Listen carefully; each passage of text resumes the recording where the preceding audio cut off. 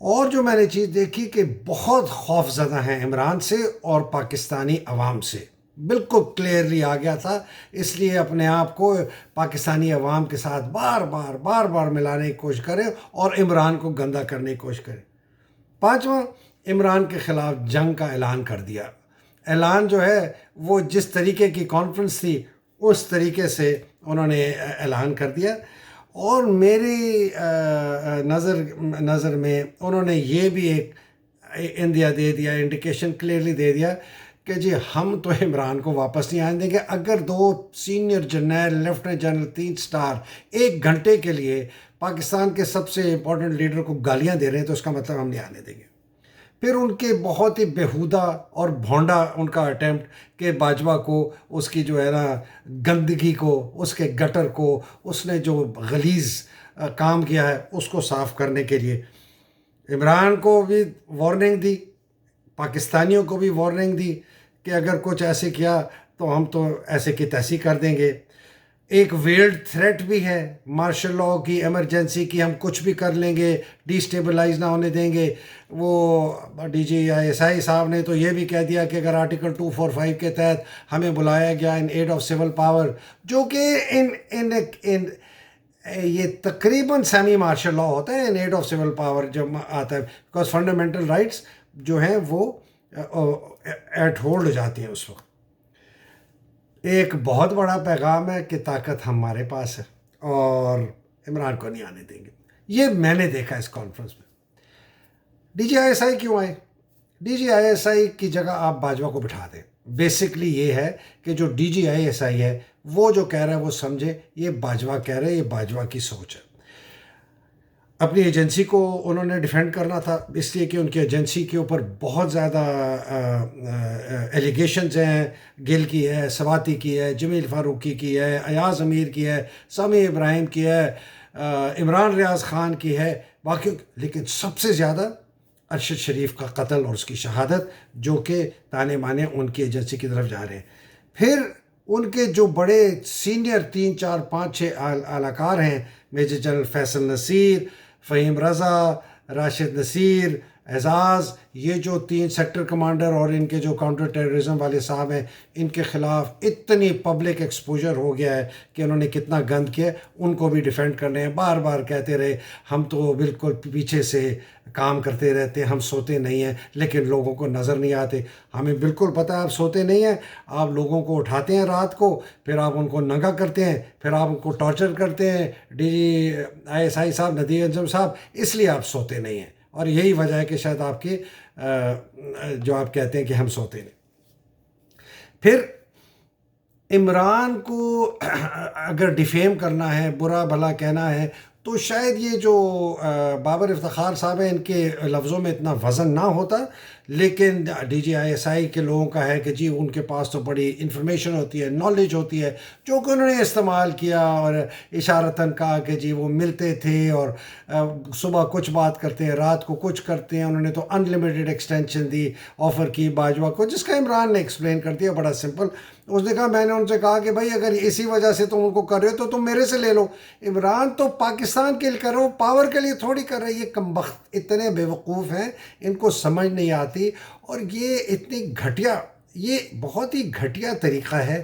ایک فوج کی ایگزیکٹو برانچ ہے، یہ ادارہ بھی نہیں، انسٹیٹیوشن بھی نہیں ہے کہ آپ کھڑے ہو کے آپ علن اعلانیہ پاکستان کے ایک سب سے بڑے جو فارمر پرائم منسٹر ہے اس کے خلاف پریزنٹیشن کریں۔ اینی وے، ان کا ایک یہ تھا کہ جی ذرا وزن میں نے، اور بیچارے میرا خیال ہے آخر میں یہ تھا کہ یہ جو بابر افتخار ہے یہ آن ہز اون یہ کیری نہیں کر سکتے، یہ بڑے لائٹ ویٹ ہیں۔ آصف غفور صاحب کو اگر آپ یاد ہو، حالانکہ میری آصف غفور صاحب سے کچھ شروع میں دوستی ہلکی پھلکی تھی، پھر نہیں تھی، لیکن میں ان کا بعد میں جب میں دیکھتا رہا ان کی ایوولوشن، وہ بہت بہترین قسم کے اور بڑے عقل مند آدمی تھے، اور ان کو ڈیل کرنا آتا تھا۔ وہ ہر قسم کے صحافی کو ساتھ لے کے چلتے تھے، بڑے مشکل وقت میں وہ تھے۔ یہ تو بیچارہ بڑا ہی کوئی ایک ایوریج قسم کا افسر ہے، اور اس کی یہ جو انہوں نے 2 سال کام کیا ہے، ان کے بلبوتے پہ ان کو لیفٹنٹ جنرل بنا دیا، تو آپ کو پتہ ہوگا کہ آرمی کے اندر میرٹ کو کس طرح کہ میری اگر نظر میں یہ بندہ اس طرح کی پرفارمنس کرتا میں اس کو ڈیموٹ کر کے بریگیڈیئر اور اس کو میں گھر بھیج دیتا. اچھا جی، کیا نہیں پوچھا گیا، یہ بڑی لمبی فہرست ہے، لیکن یہ یاد رکھیں، یہ بڑا اچھا آپ کو ویلاگ لگے گا. پہلے یہ بتائیں کہ جی میں اگر سب ہوتا میں کہتا جی مجھے بتائیں کہ یہ جنرل باجوہ صاحب کو اعجاز امجد نے کوئی بیعت دی تھی اسحاق ڈار کو بنی امام میں ان کو بنانے کے لیے، اس میں کیا صداقت ہے؟ کیا باجوہ صاحب نے نواز شریف کو لندن جانے کی ریکمنڈیشن دی تھی عمران خان کو؟ کیا باجوہ صاحب نے فضل الرحمان کو، مریم کو اور بلاول کو یہ کہا تھا کہ آپ اپنی لانگ مارچ کریں اور ہم کچھ نہیں کریں گے؟ یہ جب فیڈرل اور پروونشل جتنی ایڈمنسٹریشن تھیں، جب ووٹ آف نو کانفیڈنس ہو گیا تھا، عمران نکل گیا تھا، شہباز ابھی تک وزیر اعظم نہیں بنا تھا، کون حکم دے رہا تھا، کون حکمرانی چلا رہا تھا؟ پھر یہ بتائیں کہ جب باجوہ نے ندیم انجم کی اپوائنٹمنٹ کی، ڈی جی آئی ایس آئی جو بیٹھے ہوئے تھے، یہ انہوں نے وہی طریقہ کار کیوں نہیں اختیار کیے جو انہوں نے پچھلے کیا تھا، جب انہوں نے رضوان اختر کو نکالا، پھر ان کو بنایا دوسرے منیر سے پہلے وہ جو ایک اور صاحب تھے ان کا نام میرے ذہن سے نکل رہا ہے، پھر عاصم منیر کو، پھر فیض کو، پھر اس میں وہ آپ نے طریقہ کار کیوں نہیں استعمال کیا؟ D G I S P R کے تھرو میڈیا کو شام کو کیوں آپ نے اناؤنسمنٹ کی؟ پھر آپ یہ بتائیں کہ جنرل باجوہ سے پوچھیں کہ جی آپ نے حکومت وقت کے جب آپ وہ حکومت پرائم منسٹر تھے، یوکرین کے خلاف آپ نے جو ہماری پالیسی تھی اس کے خلاف آپ نے کیوں بیان دیا پبلکلی؟ پھر آپ ہمیں بتائیں کہ زلمائے خلیل زاد کو آپ ایک دن پہلے کیوں ملے کہ ان کو بتانے کے لیے کہ جی اب رجیم چینج ان ایکشن ہے؟ پھر ہمیں یہ بتائیں شاہ زین بگٹی کو، باپ پارٹی کو، ایم کیو ایم کو کس نے حکم دیا کہ جی آپ اب ان کو چھوڑ دیں، اب آپ جائیں ہمارے پی ڈی ایم والوں کے پاس؟ یہ ہمیں بتائیں کہ جی محسن داور کو اور علی وزیر کو کون لے کے آیا، جو کہ آپ کے اعلانیہ دشمن ہے؟ آصف غفور نے ہمیں پورا ایویڈنس دیا کہ یہ پیسے کہاں سے آتے تھے، افغانستان سے کیسے آتے تھے، را سے کیسے آتے تھے. ان دونوں کو بلایا اور کہا کہ جی ان کے لیے ووٹ دیں پی ڈی ایم کے. اور علی وزیر کو جو کہ جیل میں تھا ادھر سے نکلوا کے لایا گیا اور اس سے ووٹ دلوایا گیا. کس نے جو ناظم جھوکیوں کا قاتل تھا جو بھاگا ہوا تھا دبئی میں، اس کو واپس بلوایا گیا، اس کے سارے کیسز کو ہولڈ کیا گیا، اس کو بیل دی گئی، اس سے ووٹ دلوایا گیا، وہ واپس اب چلا گیا. کس نے یہ ووٹ آف نو کانفیڈنس کو کامیاب کروایا عمران کے خلاف؟ کس نے حکم دیا کہ یہ رات کو جو ہے نا کورٹس کھلیں گے؟ کس نے پورے پاکستان میں ملٹری گیریزنز میں جا کے صبح شام عمران کو گالیاں دیں اور کہا کہ یہ نکمہ ہے، یہ اکھڑ ہے، یہ خیال نہیں کرتا، میرا مشورہ نہیں مانتا، میں نے اس کو کہا کہ سی ایم علیم خان کو بناؤ لاہور میں، یہ بات نہیں سنتا؟ کس نے پولیس کو اجازت دی کہ تم پنجاب اسمبلی میں، جو کوئی بھی نہیں اجازت دے سکتا، کہ تم جاؤ اور حمزہ کو ایک بھونڈے طریقے سے الیکٹ کروایا ہوٹل میں، اور عمر چیمہ سے رینجرز اور ساری سیکیورٹی وڈرا کر دی؟ کس نے اجازت دی رانا ثناء اللہ کو 25 مئی کو، جو اس نے پاگل کتے کی طرح ایک رین آف ٹیرر لانچ کیا اسلام آباد میں، لاہور میں 4400 سے زیادہ ریڈز ہوئیں جس کے اندر بیشتر لوگوں میں آپ کی ایجنسی کے لوگ تھے؟ کس نے آتھرائز کیا ایمونیشن کی ایکسپورٹ یوکرین کو اور پاکستان کو روس کے خلاف اس جنگ میں ایک آپ نے جگہ پہ کھڑا کر کے بنا دیا؟ کون سی کیبنٹ میٹنگ تھی؟ آپ کو آرمی چیف ہے، آپ کے انڈر آتی ہے ڈیپو ڈیفنس ایکسپورٹ پروموٹ، کس نے حکم دیا آپ کو کہ یہ آپ کریں؟ کیوں ابھی تک سائفر کے اوپر، جس کے اوپر آپ نے اتنا مذاق اڑایا ہے اس کانفرنس میں، کیوں نہیں انویسٹیگیشن کرتی؟ اگر بالکل کچھ نہیں ہے، ہوا میں غبارے میں ہوا نکل جائے، نکالنے دیں. کس کے حکم پہ اے آر وائی اور بول کو بلاک کیا گیا؟ کس کے حکم پر گل کو اٹھایا گیا، سواتی صاحب کو اٹھایا گیا، جمیل کو اٹھایا گیا، ٹارچر کیا گیا، فزیکلی ابیوز کیا گیا، بےعزتی کی گئی، مارا گیا؟ کس نے کہا حکم دیا کہ ایاز میر کو پٹائی کرو کہ یہ سالہ ٹھیک ہو جائے؟ کس کی وجہ سے ارشد شریف یہاں پاکستان میں اپنے آپ کو محفوظ نہیں سمجھتا تھا؟ کس نے اس کے خلاف حکم دیا کہ 16 کیس پورے پاکستان میں کراؤ؟ کس نے اس کو نو فلائی لسٹ پہ کروایا؟ کس کے خلاف وہ زیادہ باتیں کرتا تھا؟ کس کی وجہ سے صابر شاکر اور عارف بھٹی جو ہیں وہ ملک چھوڑ کے چلے گئے؟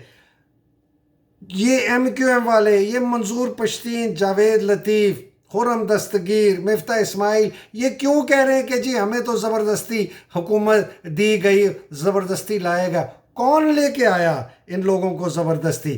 منظور پشتین تو ابھی کہا ہے اس نے 3 دن پہلے کہ مجھے کہا کہ جی آپ یہ کر لیں آپ کا سارا معاملہ ٹھیک ہو جائے گا. کہاں ہے؟ اس کو بھی پکڑ لیا. یہ ڈارکو کس کے کیسز ایک دم کیسے ختم ہو گئے بالکل معجزے کی طرح؟ یہ مریم کے خلاف کیسے کیسز ختم ہو گئے معجزے کی طرح اور وہ چلی گئی؟ یہ کیسے کیسز ختم ہو گئے شہباز اور حمزہ کے خلاف؟ یہ کون ہے وہ آدمی جس کو اتنی گالیاں دیتا ہے نواز شریف اور پی ایم ایل کے لیڈرز، لیکن وہ ان کے خلاف نہ پریس کانفرنس کرواتا ہے نہ ان کے خلاف کیس کرواتا ہے؟ اور آخری سوال یہ مجھے بتائیں کہ جنرل باجوہ صاحب، ندیم انجم صاحب، یہ آپ لوگوں نے رجیم چینج کیا کیوں؟ اس کا سوال کا ہمیں جواب دے دیں. اچھا بھلا پاکستان چل رہا تھا، میرے جیسا آدمی اچھا بھلا بیٹھا گھر میں چائے بسکٹ پیتا تھا، ایک دم آپ نے مجھے بھی کھڑا کر دیا. میرے خلاف نان بیلیبل افینس کے کیسز ہیں، میرے بیٹے جو 6-7 سال سے پاکستان نہیں گئے، من گھڑت کیسز ہیں ان کے خلاف، پتہ نہیں کتنے کورٹس میں، مجھے تو ابھی تو پتہ بھی نہیں ہے کون کس نے حکم دیا. کوئی پاگل کا کتا ہے کوئی پیر ودائی کے اندر ایس ایچ او جو میرے بیٹوں کے نام بھی نہیں جانتا، وہ کیسز رجسٹر کرے گا؟ یہ فیسزم ہے. یہ کیوں کیا آپ نے؟ یہ پاکستان کو آپ نے اتنا برا حال کیوں کیا؟ اس کا سوال کا جواب انشاءاللہ کبھی نہ کبھی ضرور ملے گا.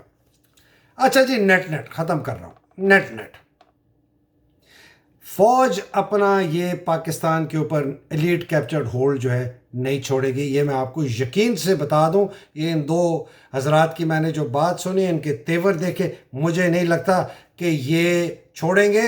اور اگر ان کے اس کے خلاف کوئی آئے گا، یہ اس سے زیادہ کریک ڈاؤن کریں گے. ارشد شریف تو صرف شروعات ہے، یہ سواتی اور ان کا بھول جائیں، ارشد شریف شروعات ہے، یہ اس سے زیادہ آگے بڑھے گی بات. یہ فوج کو ان حرکتوں سے مزید کمزور کریں گے، اس کی وجہ سے ملک کو مزید کمزور کریں گے، اور لوگوں کا غصہ ان کے خلاف مزید بڑھے گا. یہ بھی آپ کو نیٹ بتا. یہ ان کا کوئی ارادہ نہیں ہے کہ فری اینڈ فیئر الیکشنز ہوں، اس لیے کہ ای سی پی ان کی جیب میں ہے. ای سی پی کو یہ حکم دیتے ہیں، ای سی پی کا کمشنر انہوں نے لگوایا، جو یہ کہیں گے وہ کرے گا. یہ ان کے حساب سے یہ عمران کو واپس نہیں آنے دیں گے. آپ سوچ سکتے ہیں جس طرح کی انہوں نے بات کی عمران کے متعلق، کل کو وہ اس کو وزیر اعظم ایکسیپٹ کریں گے؟ سوال ہی نہیں پیدا ہوتا. تو پاکستانیوں، ہمیں جو ہے نا یہ لڑنا پڑے گا ان فیسسٹ طاقتوں کے خلاف، اس سوچ کے خلاف. اور جو ہمارے حق ہیں ہمیں زبردستی چھیننے پڑیں گے. یہ دینے نہیں لگے، یہ الیکشن نہیں کرانے لگے، اس لیے کہ یہ لاتوں کے بھوت ہیں، یہ باتوں سے نہیں ماننے والے. میں تو یہ دیکھ رہا ہوں کہ اگر آرمی چیف چینج ہو جاتا ہے 29 کو، جس کے متعلق میرا ابھی بہت بڑا سوالیہ نشان ہے، لیکن اللہ کرے کہ چینج ہو جائے. اگر وہ چینج ہو جاتا ہے، اس کے چینج ہونے کے 1-2 ہفتے کے اندر اگر Nadeem Anjum D G I S I رہتا ہے، میجر جنرل فیصل نصیر رہتا ہے، یہ جو 3 سیکٹر کمانڈر جن کے ہم نام لیتے ہیں، اعزاز اور فہیم رضا اور یہ اپنا راشد نصیر، اگر یہ رہتے ہیں نا، تو پھر آپ سمجھ جائیں کہ کوئی تبدیلی نہیں آنے لگی، اور یہ رین آف ٹیرر جو ہے یہ چلتا جائے گا. لیکن اگر اس میں تبدیلی آ گئی، ان لوگوں کو نکال دیا گیا، تو شاید امید ہے کہ نیا چیف جو ہے اپنی انڈیپینڈنٹ سوچ رکھ رہا ہے. اس دن سے ڈریں کہ کہیں ندیم انجم ہی نہ بن جائے 29 کو نیا آرمی چیف. اگر تو اور اس کے بعد اگر جب بھی نئے الیکشنز ہوتے ہیں یا فورس کیے جاتے ہیں اور عمران پاور میں آتا ہے 2/3 سے، میں لاسٹ بات کر کے ختم کر رہا ہوں، اگر عمران آتا ہے، میرا ان کو بہت سٹرونگ مشورہ ہے کہ وہ پہلے 90 دن کے اندر آرمی کی جو senior command and control structure ہے اس کے اندر میجر ان کو چینجز کرنے پڑیں گے، کہ آرمی چیف کی پاورز کیا ہیں، اور آرمی چیف اور نئی کمانڈز ان کو کریٹ کرنی پڑیں گی. میں ان کے اوپر ابھی نہیں جاؤں گا. نئے 4 سٹارز کریٹ کرنے پڑیں گے، کچھ منسٹری آف ڈیفینس کو رپورٹ کریں گے، کچھ منسٹر آف انٹیریئر کو کریں گے، کچھ ڈائریکٹلی پرائم منسٹر کو کریں گے. Chief of defence staff active operational post ہوگی جس کو تینوں سروس چیف رپورٹ کریں گے. یہ جی ایچ کیو میں بیٹھے گا، چکلالہ میں نہیں بیٹھے گا. آرمی چیف کی ان کی ٹینیورز کو بھی دیکھنا پڑے گا کہ ان کی ٹینیور 3 سال کی رکھے، 2 سال کی رکھے. میرے نظر میں چیفز کی 2 سال ہونی چاہیے، سی ڈی ایس کی شاید 3 سال رکھ سکتے ہیں. یہ ایک اور بہت لمبا ویلاگ ہے، بٹ یہ ان کو پہلے 90 دن کے اندر کرنا ہے. اگر انہوں نے نہیں کیا یہ پھر سے قلعے گڑ جائیں گے نئے آرمی چیف کی، پھر سے وہی ساری آئی ایس آئی کی بالکل political wing completely eliminated, banned, finished.